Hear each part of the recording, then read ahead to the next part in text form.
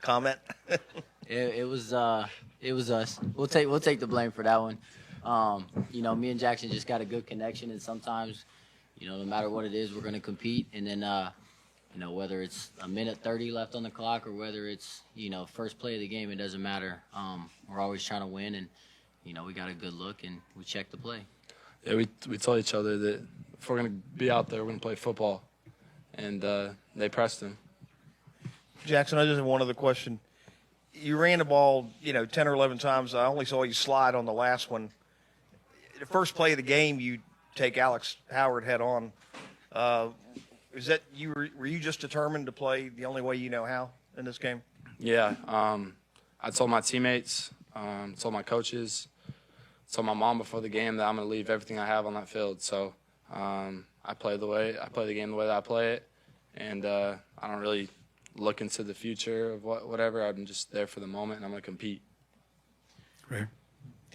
Caleb Saylor, Super Talk. Both of you guys are elder statesmen on this team, and Lane referred to you guys as an old-school football team when, across the landscape guys are opting out. Y'all opted into this game, and you said, Jaxson, multiple times, it was a no-doubter. Why was it a no-doubter for y'all to play in this game, and what does it mean to ride out on top? I think that we just put so much time and effort in the off season. Even just bringing in guys like Walter Nolan and Princely, and spending all that time with those guys in the off season. To go out and then not play in the last game, I think that would be almost a disappointment, not to just the fan base, but to us as players and how we are as people as well. Because I know like Jackson's not a quitter, neither am I, and I think that we have a lot of guys like that on the team who aren't quitters, and we're a group of brothers, and I think you really seen that because having pretty much all of our starters out there tonight was huge, and I think that goes to show the culture as well and the brotherhood that we've built here at Ole Miss. Yeah, no doubt. I think you have a lot of pride when you play this game. You have a lot of pride that you carry when you wear this jersey. And everything that Oxford has, we feel like Oxford's given more to us than we can give to them. So you've heard Coach Kiffin say that, but we feel that way the same too, as being transfers. And I think for pretty much everybody, it wasn't like we had to convince anybody to play. Everybody was on the same page. You grow up as a little kid and you want to play college football, and when you're a kid, you never think about sitting out of a game. So that was never a thought. Jake Thompson, Ole Miss Spirit on 3. Jordan, you've talked about the connection y'all have on the field. Just what is y'all's relationship? What's made it so special over these years between y'all two? Man, it's crazy that that you like really say that. Him being a West Coast kid, and then me being just a kid from Kentucky. Who knew that we get along so well? And but I think just really like the first time that we've really like met each other, I think we like really connected. And it's just been, going uphill since then. We hang out all the time, outside of the facility, whether it's, going to eat lunch or whether it's just playing pool or playing ping pong, whatever it is. I can definitely call this guy one of my best friends and, one of my brothers. And anything that I need from him, I know that he'll pick up. And I'll do the same for him. So it's been awesome to be able to play the last 3 seasons with him at quarterback. And, I think that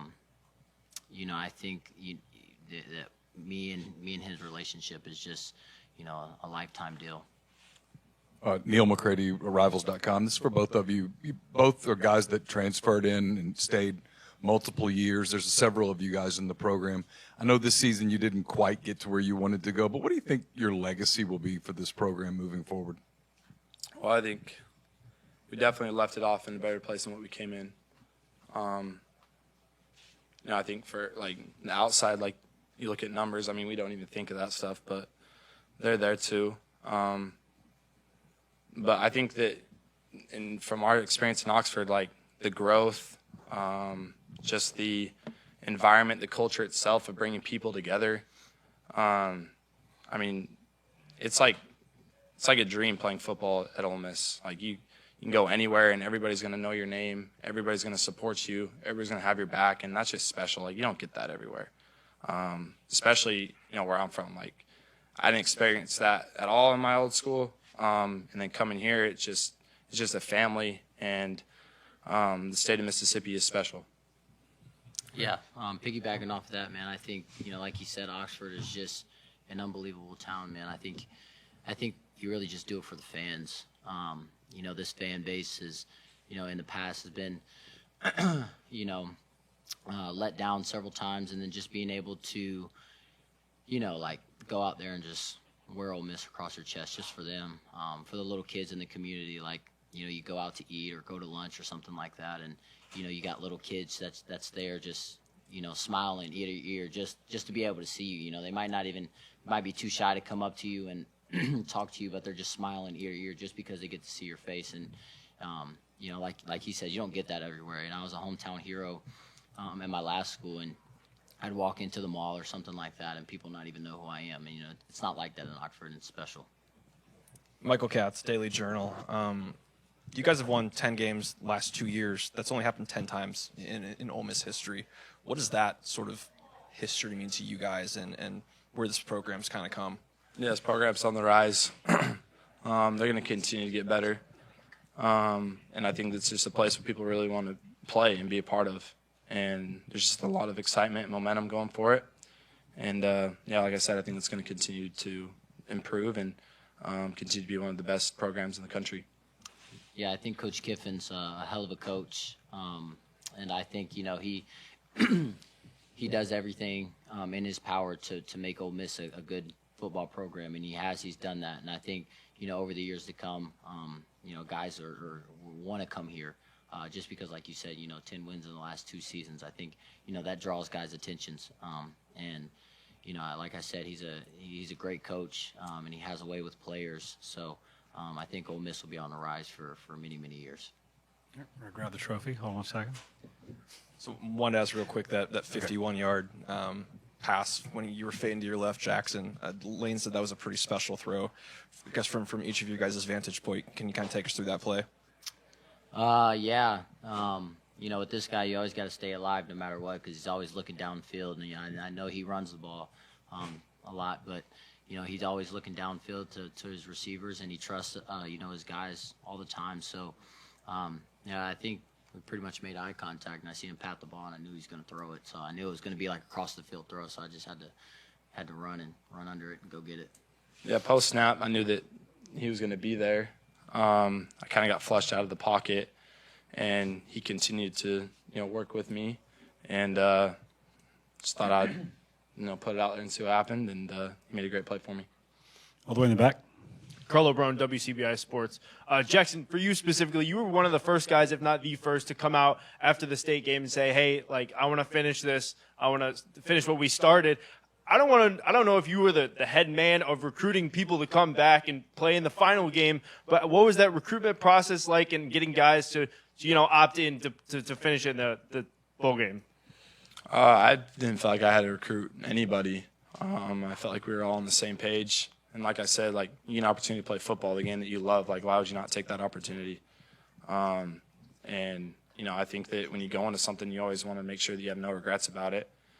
And I just saw it as another opportunity to go win a game, go win 10 games this year. We felt like we got snubbed from the playoff. And, when we saw who we were playing, this was the same team that, took SMU to overtime. So I think we all just wanted to, make a statement that we should have been in there. Last question right here. Clayton Freeman, Florida Times. For Jaxson, what does it mean right now to know that you're completing your Ole Miss career with the Gator Bowl all-time single-game total yardage record? I mean, 80 years of Gator Bowl football, and you have that record now. Yeah, it's pretty cool. I think I didn't know that. So, just blessed to have the players around me that I do. I have, the best teammates in the country, and the best coaching staff who helps put us in position to, go execute and make big plays. And I felt like we were in rhythm all night tonight. And, it was a lot of fun. And this was a great event. It was, an awesome bowl game, and we had a great time. So, just really appreciative of the opportunity. Did you feel like 400 yards might be in reach before the game, or was that just something sort of grew over the course of the night? I mean, you don't really think of that stuff before the game, and you just want to go out there and win. I think that's what it all comes down to. All right, thank you, gentlemen. Appreciate it. Appreciate y'all.